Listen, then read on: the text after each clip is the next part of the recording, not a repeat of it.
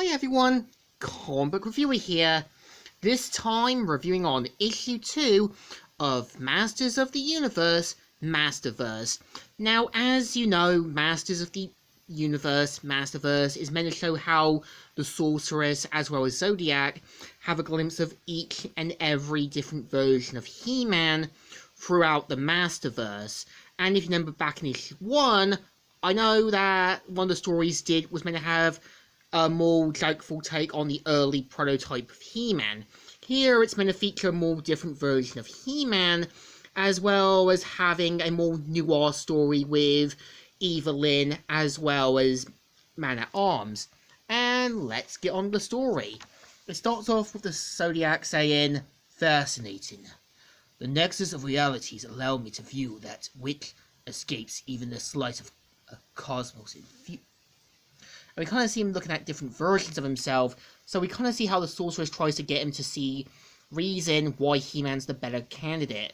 So we have one glimpse in one reality, where in a sort of ship, on a special ship, we see how Prince Adam is tasked of finding a great power, and we see how Kaldor, who is meant to be pre-Skeletor in some continuities, as well as the brother of Randall, is meant to manipulate Randall into getting what he wants.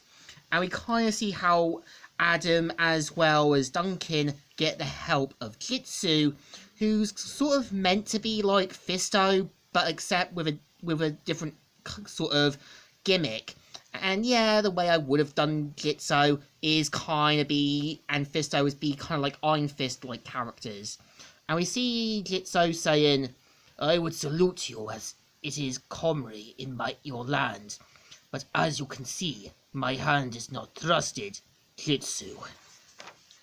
And we kind of see him pointing out that they are in dangerous territory now, and of course, we see that a dangerous sea creature attacks Prince Adam's vessel, and we see how Adam and Jitsu try to get out quickly.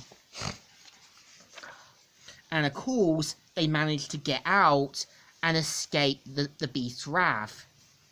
And of course, we see them heading to their version of Castle Grayskull, with Jitsu saying, "Inside that coven is that which you king seeks, General. If you still despair it, take it now." And of course, we kind of see how the sea creature known as Nagawani is going to come back for them. So we kind of see how Adam journeys through. And of course, we kind of see him now knowing about everything that's going to happen. And we see how Adam becomes He-Man. And we see how Teela is tasked with her promotion, as well as having Kaldor manipulate Randall into getting what he wants. But of course, we now see that Kaldor is now confronted with a more powered version of He-Man. And in the next story is meant to feature a noir story, with Duncan, or formerly known as Man-at-Arms, is now basically a detective, with Evelyn, now known as Miss Powers. And we see him talking with Orko, saying, "Oh, whoa, you're still working with Evelyn? She's my assistant, and concerned in all things cultic and England."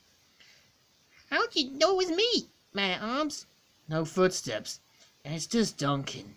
And what brings you down from the royal palace?"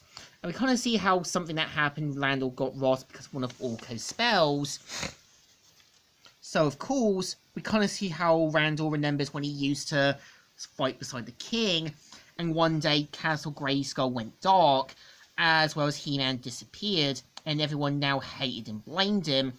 So of course, we kind of see how Randall was now exiled, and Evelyn and them forming an agency. So gathering up their gear, they mainly decide to kind of look for Randall, and we kind of see them journeying it out from other areas and find a bit of Randall's hair in the royal palace, and they journey to a bar where all of Skeletor's former warriors now reside, with basically Trapjaw as a bartender saying, "Here, but that's your last one until you pay your tab." And we kind of see Duncan saying, Everyone sit and enjoy your swill. I'm just here to talk to Beastman. Clitorous witch! Internian scum! And we kind of see how everyone tries to duke it out with Duncan, and we see him taking them down single-handedly, and of course, Trapjaw lets them escape to find Beastman.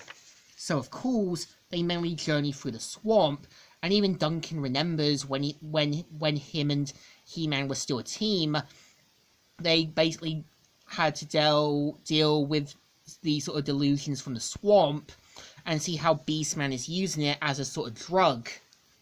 And of course, basically does what the illusion of Skeletal tells him, and we see how basically Duncan now later learns that Randall never really disappeared, and that he's still been at the Eternian Palace despite Orko's spell.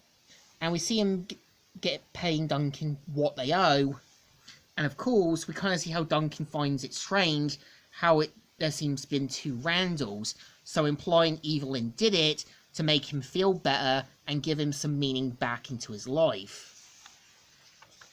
And after this, we see how Zodiac decides to kind of eradicate whatever problems there are, and makes it clear that Prince Adam must suffer. And yeah, the next issue is going to have the Battleground Teela look, and the next story in the Masterverse. So I kind of think, yeah, issue 2 is sort of okay. I can kind of see where the second one is having this other sea adventure, and the other one having a Noir adventure. I think there is some good ideas about the Masterverse, but I would have liked to see ones for the 2002 He-Man cartoon, the movie one, as well as the new adventures. But I think it still deserves a thumbs in the middle. Kind of okay, but kind of alright. So, Comic Reviewer here, signing out.